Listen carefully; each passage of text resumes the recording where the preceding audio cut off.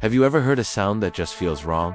A sound that sends a shiver down your spine for no reason you can explain? In the quiet rural villages of Myanmar, nestled among ancient traditions and deep-rooted beliefs, there is one such sound that everyone fears. It's not the howl of a stray dog or the creak of an old house. It's something far more chilling, the gentle, unexpected ringing of a small brass bell. This is the story of the Shong bell, a sound that signals a visitor you never want to welcome. The tradition is as old as the villages themselves. When a person meets a violent or untimely end, their spirit, known as a nat sign, is believed to linger. Confused, lost, and sometimes angry, it can become trapped between our world and the next. To prevent this, the village elders perform a crucial ritual. They take a small, simple brass bell, often no bigger than your thumb, and hang it just outside the front door of the deceased's home. The bell has a single purpose: to guide the restless spirit out of the house and onto its journey, away from the living.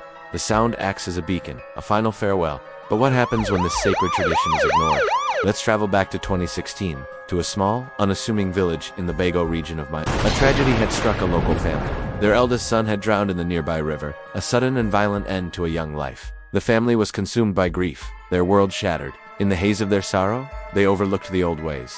They were modern, they told themselves. Such rituals were just superstitions, tales told to scare children. They didn't hang the Shong bell, they thought it wouldn't make a difference. They were wrong. The first night after the funeral was heavy and silent. The family went to bed, emotionally and physically exhausted, seeking refuge in sleep. But around midnight, their neighbors were woken by a sight. It was faint at first, a soft, metallic tinkling. It was the unmistakable sound of a small brass bell, but there was no bell on the door. The sound was strange, distorted. It wasn't the crisp, clear ring you'd expect from a bell swaying in the breeze. No, this was a slow, wet, clinking, damp, muffled noise, as if wet, cold fingers were methodically tapping against the metal, again and again. Then a smell began to creep through the village, seeping from under the family's door. It was the thick, cloying stench of river mud and decaying vegetation. It filled the house, clung to the curtains, and settled in the air like a fog. The neighbors, huddled in their own homes, locked their doors and prayed. They knew what was happening. The spirit had come home, and it wasn't leaving. When the sun finally rose, casting a pale light over the village, a sense of dread remained. The family woke up, feeling groggy and unsettled. The smell was still there, faint but undeniable. And then they saw them. Muddy footprints, perfectly formed, all over the wooden floors.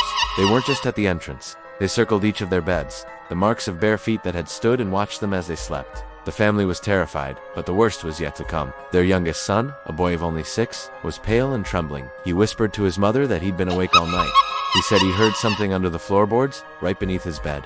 He described it as a slow, gurgling breath, like someone trying to breathe through water. Panic set in. The family realized their grave mistake. They immediately sent for the local monks, their modern skepticism washed away by raw fear. The monks arrived, their saffron robes a stark contrast to the grim atmosphere in the house. They began their chants, their voices filling the space, trying to cleanse it of the entity that had taken hold. As they performed their rites, one of them noticed something strange. The space where the Shong bell should have been hanging was empty, but the real shock was what they couldn't find. The phantom bell, the one that had tormented the neighbors all night, was gone. The ringing had stopped. The house was silent. For a few days, a fragile peace returned. The family tried to convince themselves it was all a terrible nightmare, a shared delusion brought on by grief. But the spirit was not finished with them. A week later, the youngest son was at school. In the middle of a lesson, a soft, tinkling sound began to emanate from his backpack. The teacher stopped, confused. The boy opened his bag, and there, nestled among his books and pencils, was a small, mud-caked brass bell. It was ringing softly, all by itself. That was the final straw. The family packed their belongings and left the village that very day. They never returned. The house remains empty, a silent monument to a broken tradition. The villagers say the story serves as a stark warning. The old ways exist for a reason, and now they share a piece of advice with anyone who will listen. If you are ever in rural Myanmar and you hear the sound of a bell when there is no wind, stay inside. Don't look out the window, and whatever you do, do not answer the door. These stories are found all over the world, whispers of local legends passed down through generations. I'm fascinated by them. Where are you watching from, and what are the chilling tales from your hometown? Let me know in the comments below. Thanks for watching, and if you enjoyed this story, be sure to subscribe for more journeys into the unknown.